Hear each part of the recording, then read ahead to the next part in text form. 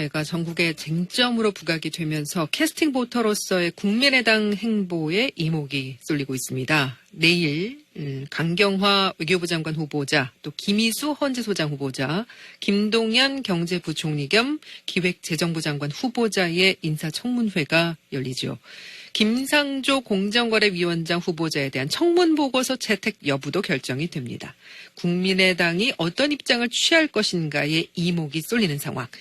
자, 국민의당 대변인을 맡고 계시는 최명길 의원에게 당의 입장 들어보죠. 자, 최 의원님 안녕하십니까? 네, 안녕하십니까? 오늘 휴일인데 아침부터 이렇게 인터뷰에 응해주셔서 감사드립니다. 물론 괜찮습니다. 오늘 현충일인데 뭐 특별한 일정은 있으십니까? 당 행사도 있고요. 예. 국회에서 여러 가지 회의가 있었어요. 아, 그러시군요. 곧 나가봐야 되는 상황입니다. 예. 혹시 내일 김상조 후보자 청문 결과 보고서에 대한 국민의당의 입장, 최종적인 입장이 정해졌습니까?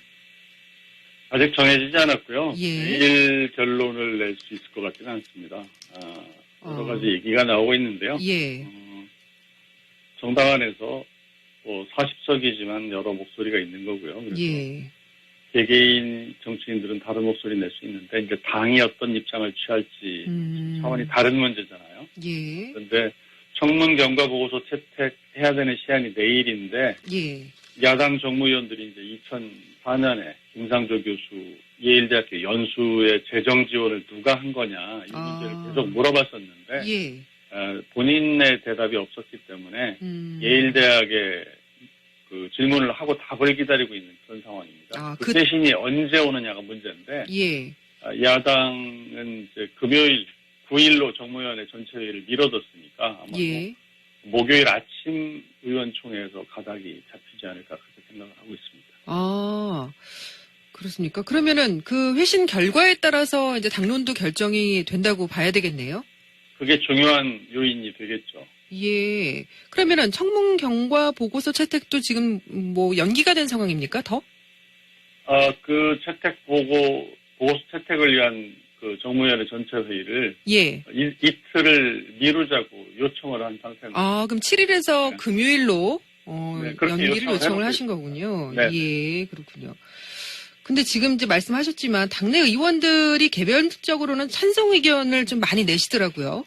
근데 이렇게 여러 채널을 통해서 다른 목소리를 내는 거는 괜찮은 건가요? 그건 있을 수 있는 일이라고 봅니다. 그러니까 예. 이 공직 후보자들 대부분이요. 정치권에 이제 이렇게 저렇게 인연으로 얽혀 있고요. 예. 김상조 후보자의 경우도 실제 재벌 개혁, 재벌 감시 활동을 하면서 예. 국민의당 의원들과도 오랫동안 연을 맺었던 분이기 때문에 대개 의원들의 입장에서는 의견이 좀 다를 수가 있죠. 그러나 예. 말씀드린 대로 당 차원에서 이 문제를 어떻게 대하느냐 하는 거는 또 다른 차원의 문제이기 때문에 예. 의총에 물어야 될 겁니다. 아, 예. 근데 이제 호남 민심을 고려한다면 이제 호남 여론이 좀 호의적이니까 김상조 후보자를 받아들여야 한다는 좀 그런 딜레마가 있지 않나. 근데 또 이낙연 총리에 이어서 김상조 후보자까지 또 국민의당에서 받아들이면 민주당의 이중되냐. 뭐 이런 또 비판을 또 받을 수밖에 없을 것 같은데 어떻게 해야 된다고 보세요? 이런 상황에서. 예. 그런 고민이 있는 건 사실인데요. 예. 이게 이제 그 공정거래위원장 후보자에 대한 그 검증은 예. 늘 어느 정부 때나 조금 다른 공직 후보자에 비해서 좀 까다로웠던 게 사실이고요. 공정이니까요. 예. 네네. 그런 측면에서 봐야 될 겁니다. 알겠습니다. 좀 당에서 내리는 결과를 좀 더 지켜봐야 될 것 같고요. 자, 내일 강경화 후보자, 외교장관 후보자하고 김희수 헌재소장 후보자 비롯해서 3명의 후보자에 대한 청문회가 또 있죠.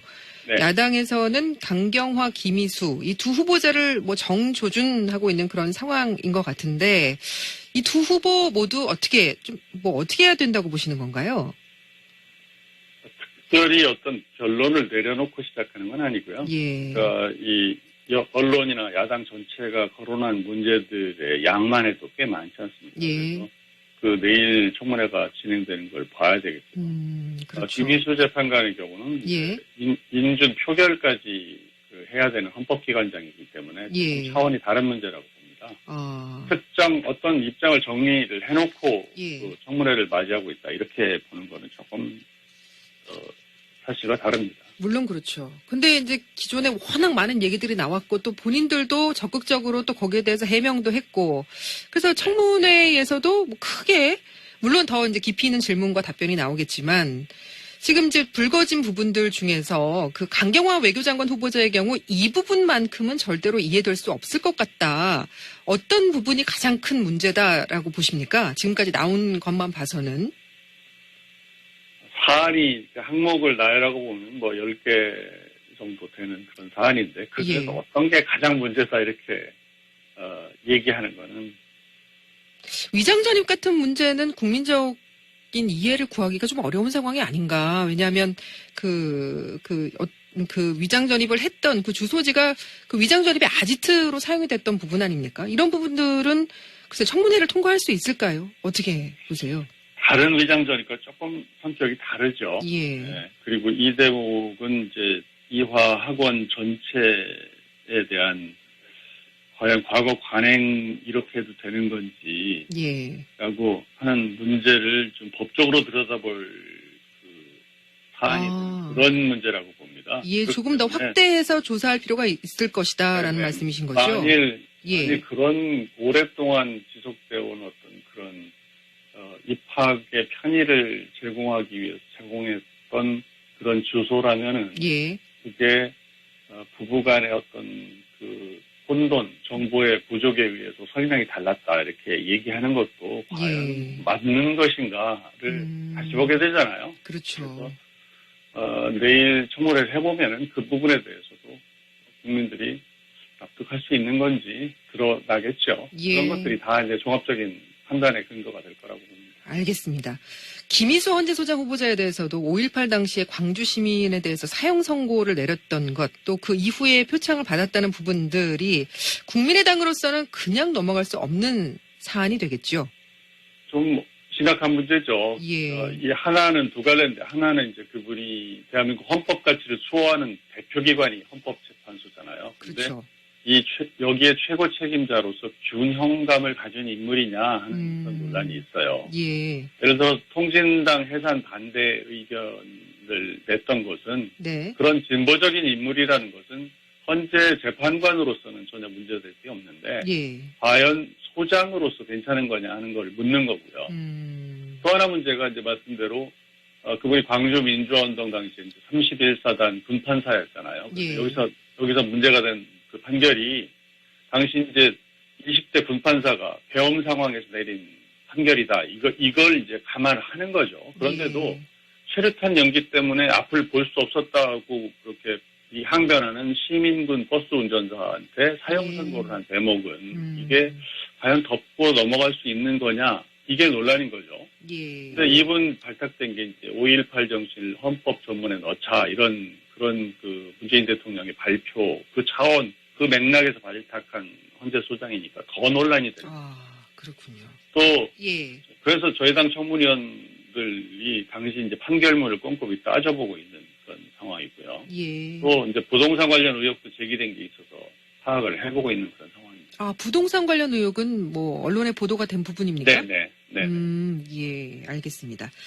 자, 이제 내일이 인사청문회 2라운드고 그 다음은 현직 국회의원들의 장관 후보자 인사청문회도 또 3라운드로 예정이 돼 있죠. 근데 현직 국회의원 가운데 낙마한 적은 단 한 번도 없었다는 것. 청문 보고서도 100% 채택이 됐다는 건데 이번에는 좀 달라지게 될까요? 어떻게 보십니까? 글쎄 이제 그게 무슨 의원이기 때문에 뭐 이렇게 국회 안에서 특혜를 받았다거나 좀 느슨하게 검증했다기보다는요. 보통 이제 입각하는 의원들이라는 분이 보통 10년 넘게 정치를 현직 의원으로 활동을 해온 사람들이 대부분이지 않습니까? 예. 그래서 이런 분들이 최소한 3번, 4번, 뭐 많은 경우는 5번의 선거를 거치면서 스스로 선거라는 게 얼마나 한 사람을 검증대에 올려놓고 들여다보는 그런 과정입니까? 그러다 보니까 아무래도 여러 번 그런 검증을 거치고 재산 공개 같은 것도 여러 번 했기 때문에 이미 제기될 문제들은 많이들 거쳤다라고 보는 거죠. 그래서 그런 부분에 대해서는 대부분의 경우는 그냥 그렇게 넘어가는데 이번이 꼭 그렇다고 볼 수는 없는데 예. 아마도 비슷하지 않을까 그렇게 보고 있는 것 같습니다. 같은 당의 김경진 의원은 낙마 대상자가 최소 1명, 뭐 이런 얘기를 하셨다고 하는데요. 그건 언론의 문의에 이제 대답하는 과정에서 나온 얘기일 텐데, 예. 당 대변인 입장에서 이제 할 수 있는 대답은 아닌 것 같고요. 네. 공당이 최소한 누구를 낙마 대상자로 정했다 이렇게 얘기할 수는 없지 않겠습니까? 그런데 당 안팎에서 여러 채널로 문제 제기하고 있는 부분에 대해서 의혹 해소가 좀 쉽지 않겠구나 하고 생각하는 분이 있을 수는 있는데 낙마 대상자를 정해놓고 있게 하겠습니까? 예. 지금 이제 인사청문회 과정에서 여러 가지 잡음들이 나오면서 문재인 대통령의 국정 수행 지지도가 조금 하락을 했습니다. 80% 이상 계속 고공행진 벌여오다가 4주 만에 70%대로 지금 떨어졌는데 문재인 정부에 대해서는 어떻게 평가를 하고 계세요? 지금 이제 출범한 지 한 달도 채 되지 않았는데 어떤 예. 평가를 할 상황은 아닌 것 같고요. 지금 사실 약간 떨어지고 있는 거는 어찌 보면은 올라간 것도 자연스러운 현상이고 예. 떨어지고 있는 것도 자연스러운 현상이라고 봅니다. 우리가 이제 이런 대통령 직선을 통해서 6명의 대통령이 이미 지나갔고 이제 7번째 아닙니까? 예. 그래서 공통의 현상이죠. 지금 기대 만발하고 있는 그런 상황이니까요. 예. 평가할 단계는 아닌 것 같고 단지 이런 국민들의 기대를 잘 받들어서 성공적으로 일을 수행해 주기를 바라는 게 지금 야당의 입장이라고 봐야죠. 예. 국민의당 대변인 맡고 계시는 최명길 의원과 지금 이야기 나누고 있습니다. 지금 최명길 의원께서는 미방위 소속이시잖아요. 네, 그렇습니다. 예. 그러니까 정부 조직 개편 관련해서 미래부는 당초에 정권이 바뀌면 없어질 거다 이런 얘기가 계속 있었는데 창조경제 부분만 떼고 존속시키는 부분 이건 어떻게 보세요? 그 대목에 대해서는 일부 이제 논란이 있을 수가 있어요. 예. 지역 창조경제 혁신센터 같은 것들이 너무 재벌 팔목을 비틀어가지고 급조했다라고 하는 그런 비판적 시각도 있는데 예. 또 나름 그 지역에서는 그 중소벤처들에 대한 지원 업무도 어느 정도 진행되고 있는 측면이 있어서 예. 일괄적 자체로 폐지하는 게 과연 옳은 거냐 이런 논란이 있었거든요. 그런 면에서는 그렇게 신중한 자세를 취한 것이 그리 잘못된 결정은 아니다 이렇게 생각합니다. 그리고 이제 정부조직법 개정안도 국회 선진화법 적용을 받는 거죠? 물론이죠. 예, 의석 5분의 3 이상, 180석 이상의 찬성을 받아야 되는데 국민의당과 바른정당의 협조 없이는 사실 지금으로서는 불가능하잖아요. 사실은 모든 일이 그렇습니다. 예, 근데 정부가 이렇게 좀 사전에 협의가 없었다면서요. 정부 조직법 개정안 마련하면서. 그래서 이제 결과물만을 내놓고 통과시켜 달라. 이렇게 지금 이런 부분들은 좀 문제가 있다고 보십니까? 사실 저희 당의 그 대변인 논평이 나오기는 했지만요. 예. 이게 이제 예전에는 이제 인수위원회라고 하는 과정이 있었고 그 과정에서 이제 윤곽이 만들어질 때 예. 어느 정도 언론을 통해서도 알려지기도 하고 그렇게 해서 어느 정도 윤곽을 안 상태에서 이제 법안을 대하게 되는데 예. 이번의 경우는 그런 절차랑 좀 과정이 달랐죠. 예. 그래서 비교적 새 정부 출범 초기에 나오는 그 정부 조직 개편에 비해서는 규모가 그리 크지 않은 건 사실이고요. 예. 그리고 대신 또 상세하게 알려지지 않은 상태에서 야당에 제시가 됐다는 측면, 그리고 언론을 통해서 먼저 나왔다는 면에서는 그 협조를 받는데 조금 미흡한 부분이 있는 건 사실이에요. 예. 알겠습니다. 네네. 그 인사청문회하고 같이 이제 6월 임시국회 최대 쟁점으로 떠오른 게 11조 원 일자리 추경 예산이겠죠. 네네. 저소득층, 또 서민들, 청년 실업자들을 위해서 쓰여지게 되는 예산인데 정부 여당은 6월 임시국회에서 처리가 돼야 한다는 입장인데 이번 추경 예산안에 대한 국민의당 입장은 어떻습니까?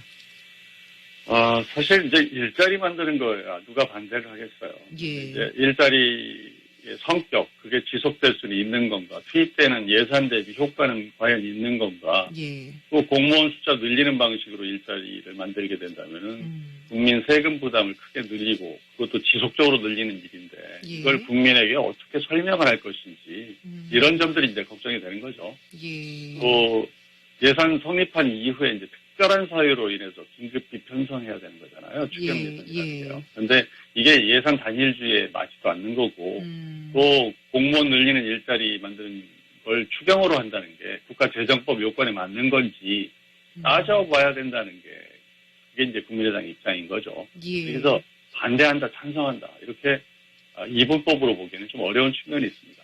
물론 다들 같이 예. 나라 걱정하는 거 아니겠어요? 그렇죠. 근데 물론 원칙이 중요하지만 지금 여기에 거는 국민적 기대감이 상당하거든요. 그런 부분은 좀 가만히 돼야 되지 않을까요?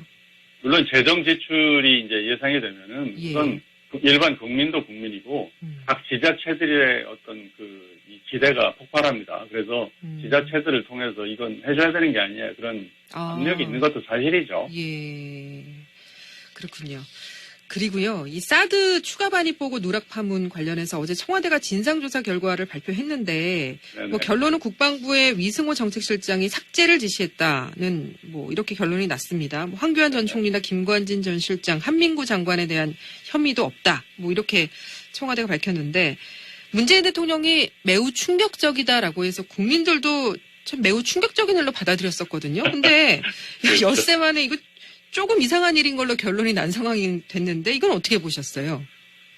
글쎄, 뭐 보시는 대로입니다. 이제 우리 그 정치 문화에서 막 취임한 대통령이 매우 충격을 받았다 이렇게 발표를 했잖아요. 예. 그러니까 얼마나 그것도 이게 안보 문제고 예. 그렇기 때문에 얼마나 많은 국민들이 놀랐겠습니까? 그렇죠. 그런데 이를 이제 청와대가 나서서 키운 거죠.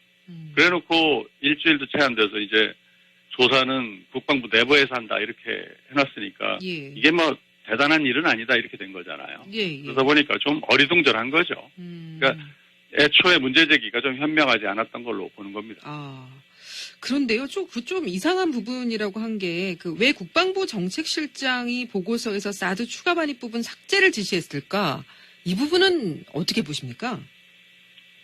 그 대목도 이제 들여다보면 아주 그렇게 복잡한 문제는 아닐 겁니다. 그런데 예. 이미 그렇게 이해했을 수 있습니다. 이미 여러 번 보도가 됐지만 4월 25일 국정기획위원회 국방부 보고가 있었고요. 예. 바로 다음날 이제 안보실장한테 보고를 했는데 예. 그 과정에서도 명확한 추가 반입 발사대 숫자가 명기되지 않았다는 게 이제 본래 문제지 않습니까? 예. 그런데 그것보다 더 큰 문제는 이제 환경 영향 평가를 좀 약식으로 받기 위해서 꼼수를 썼다 이 대목인데 예, 그렇죠. 이 대목은 이미 작년에 이제 도입 논의가 있었던 과정이라든지 3월 5일에 발표가 있고 4월 23일 날 추가 반입이 됐던 그 과정에서 예. 이게 너무 졸속으로 진행된다라고 하는 야당 예. 당시에 이제 더불어민주당에 그리고 국민의당의 문제제기가 있었고요. 예. 그런 과정에서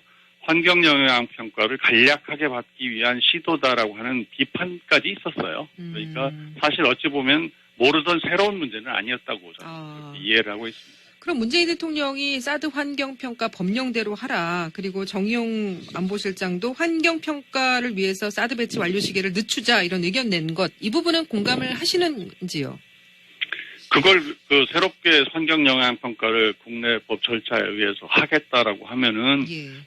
우방인 미국이 우방이 국내법 절차를 지키겠다 그러는데 그거를 안 된다라고 말할 우방은 있지 않잖아요. 네. 그런데 그럼에도 불구하고 마음속으로 이것이 이미 전개 배치된 무기의 실질적 사용을 조금 오랫동안 제한하려고 하는 목적을 갖고 있구나라고 이해할 수는 분명히 있습니다. 그런 것들이 이제 한미 관계의 리스크 요인이 될 거고요.